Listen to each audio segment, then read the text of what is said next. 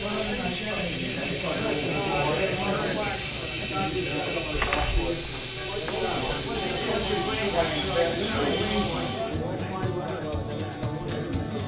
carving to me is my world right now.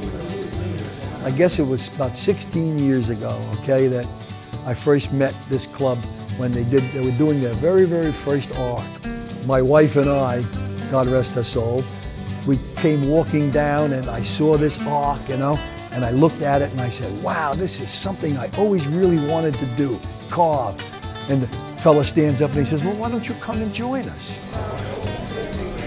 The Suffolk County Woodcarvers Guild started out as 12 men who had a common interest, and that was of keeping busy. And again, the town of Brookhaven used to supply paid people to come in and teach various crafts, and one of the crafts they taught was wood carving. And these original 8 or 10 or 12 men took it up and then just expanded because of the work that they did.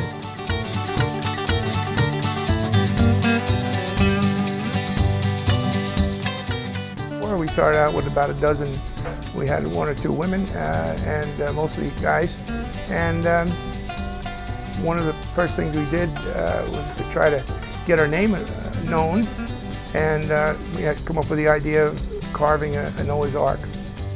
I guess it was probably about the 3rd or 4th year that I was in the club that I kind of took over the Ark committee, and I've been doing it ever since, you know.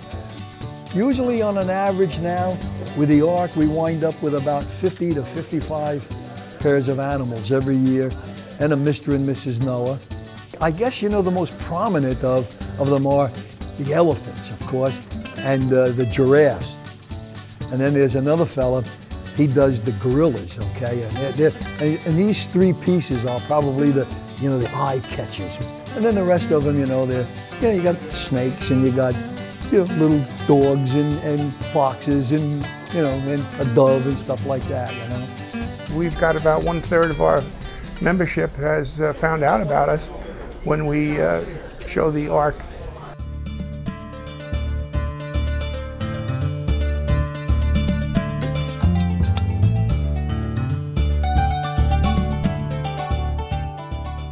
I'm a teacher.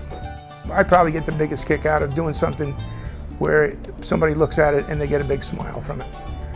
Something that was just a hunk of wood, after it's been carved and painted, give somebody some enjoyment. When you see somebody carry those things out, those instructions, and have some success with it, I feel like I've had some success too, because they've been able to carry it on. I find wood carving to be a very relaxing hobby. It allows me to keep my eye-hand coordination going. It allows me to keep my mind working. It allows me to relax and enjoy what I'm doing, and I get out as a result of it, and I can socialize with my peers.